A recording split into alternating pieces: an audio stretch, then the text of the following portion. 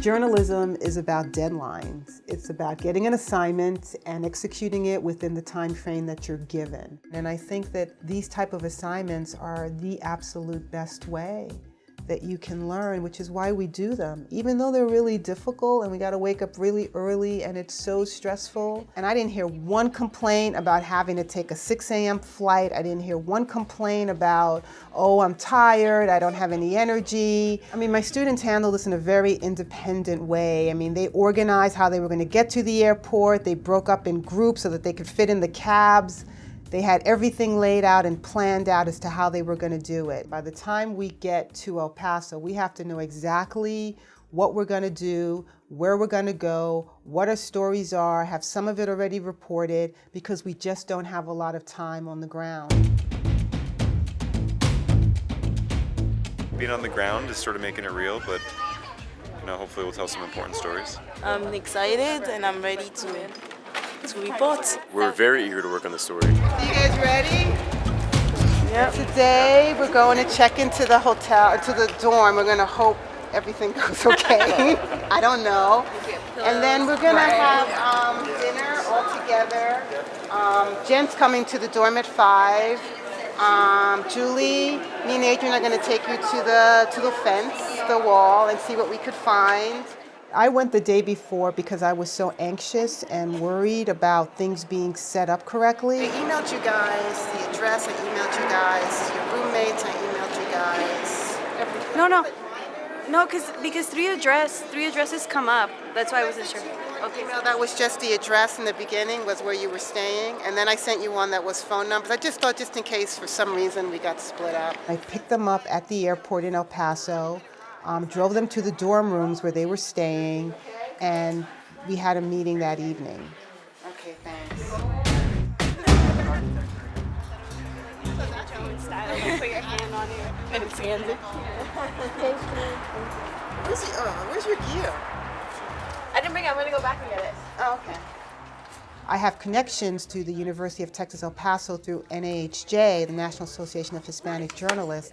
And I contacted a professor there, and Zita Arocha, and she was just great in terms of opening up the school and her resources to support my students. So it's called ANAPRA. Journalism is about people. It's about people and it's about their stories. And the only way that you're going to be a good journalist is to be fearless and to go out there and talk to people. Today, for me, going out to interview 3 students, get some B-roll of El Paso downtown, get some B-roll of the campus here at UTEP, and possibly go to a press conference that we just found out is happening at noon. Right now I can tell that Sophie's in focus, but I just don't trust my eye as much as I should.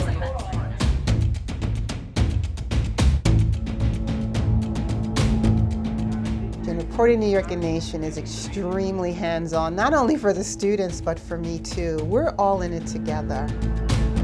I think there's a part of my program that's always a little bit out of control because we do so much reporting on the street, real world with people. Like, that's really important to me.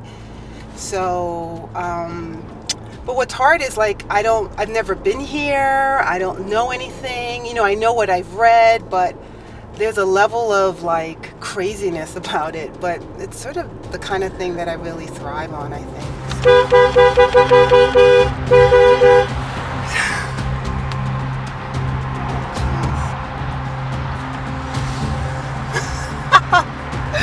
Well, if we could just figure out how to meet up with these people. We were going to go to this neighborhood that was a border neighborhood Mexico and the U.S. were separated only by a chain link fence. And then when we got there, it was just a construction site. So that entire story was blown up, and we had to think really fast on our feet to how we were going to salvage this. Journalism is so dynamic, and you should always be flexible. The flexibility and the belief in yourself to know that you can find something else. There's a lot of stories out there, and too many times when things don't work out, students sort of fall apart. But one of the cool things about this experience is you can't. I mean, we're here, you have to produce something. We're in Chihuahita because this border fence leads right down to ANAPRA, where we were, and it goes all the way up the mountains through here to this community center. My student, my reporter, Cassidy, she just found the story and she did a great job. I think I'm learning how to step out of my comfort zone, being able to comfortably walk up to people's houses and knock on their door and try and get the answers that I need. In a city that is overwhelmingly Latino, Asians have set up shops just about a mile away from the U.S.-Mexico border. What's really cool about this piece is Julie, who's from China, really struggled. But Julie is such a professional and such a hard worker that she pulled off a really interesting, well-shot, well-produced story, and I am so super proud of her. One of my favorite stories is Rebecca going on patrol with the Border Patrol. It was really complex, very humanizing of the Border Patrol, and she got a lot of insight on who they are. And it was really fascinating to me, and it was very well produced. Well, it was very emotional to see the fence, to see the way it divides us from Mexico. It's tough. I mean, you can read about these things in the New York Times or, watch it on CNN, but to actually physically see it, that in and of itself, that minute when we saw the fence, that was worth the trip. I chose this location because you can see where the line is between El Paso and Juarez, where these students are commuting every single day, and their commute that's getting longer and longer as they're facing more and more questioning. So just right here is a perfect spot to visualize just how close these two cities are. Mexicans coming to El Paso for work and school are facing more and more questioning, and advocates are fighting for their right to be here. So right now we're looking at a deadline of a couple hours away, and we had to go out and get a new drive, plug it in, reformat it, transfer the files from my personal drive to the new drive, and now we're making sure that everything's up and running so I can get editing and hit that deadline. We are at an impasse. We shot our clips in 4K, and while the resolution will be absolutely beautiful and incredibly professional, it hinders our ability to edit and put our video together, which is problematic because we have a deadline to meet tonight. There's no option as to whether or not we're going to finish this, so yes, it will be finished on time and ready to go online. We're going to work together, we're going to cry together. It's a little nerve-wracking, I guess. Many challenges, as always. We had tears. To me, this is journalism. This is how I make them reporters. This is what it is. I think I'll have a first draft done soon. I think it's going well. Whatever happens, just don't panic. You wouldn't say like this is poor writing. This is when I mean clunky writing. It's not like El Paso, Texas, living in El Paso. You just say El Paso here. Why would you? The biggest challenge was on our last night.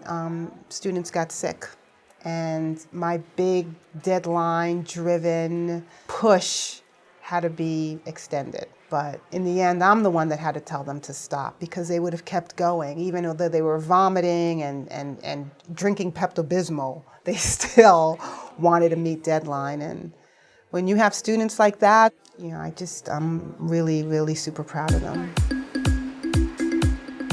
In spite of all the obstacles, I've never had a moment where I felt like I'm done. There's no way I'm doing this again. In fact, I'm looking forward to the next one.